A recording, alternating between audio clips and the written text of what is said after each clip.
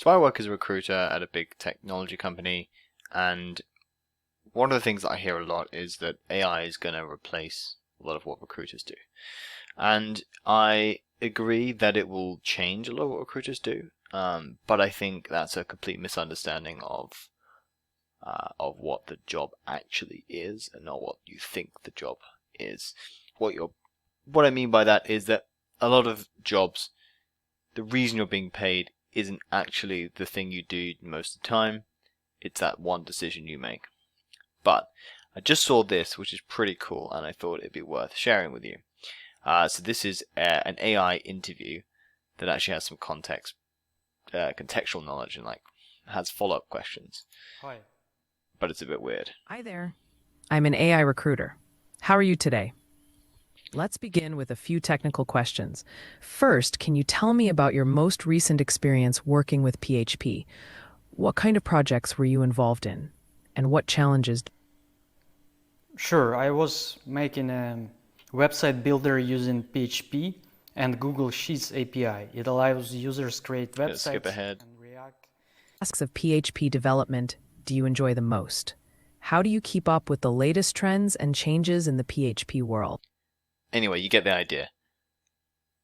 The best positive argument I've had, or for argument I've had for this particular product and this product line, I should say, and technology, is that in the future, as the technology gets better and better and better, this is the first generation, you won't be able to tell you're being interviewed by an AI person. And therefore, you'll come away with a score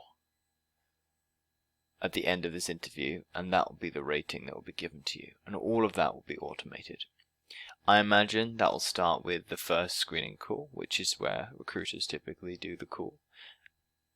But at some point, maybe it will replace some of the technical aspects of a manager interview, or a panel interview even. However, I think we are a long way culturally from making decisions in that way. I think most of us would much prefer, if we're spending, especially if it was for our own small business, spending a lot of money, we'd much rather understand who we're dealing with. That doesn't have to be in a video interview or even an in-person interview. There are lots of ways you can do that. But I think thinking this is going to change it completely actually fundamentally misunderstands what you're doing when you're going through an interview process. I am interested to see how it develops. I don't think this is going to replace recruiters, because I think a big part of what recruiters do in a big corporate rather than agency, their job predominantly is a lot of stakeholder management, and that sounds like bullshit, frankly.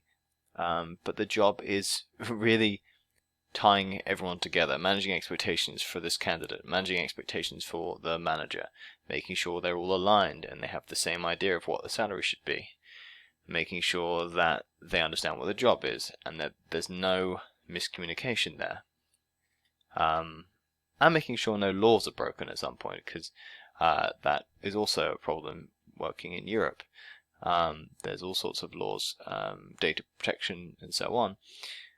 So there's a lot of different bits to that. It sounds simple, but questions around motivations and whether someone's actually just bullshitting you about, they are going to relocate from France to Germany, as an example.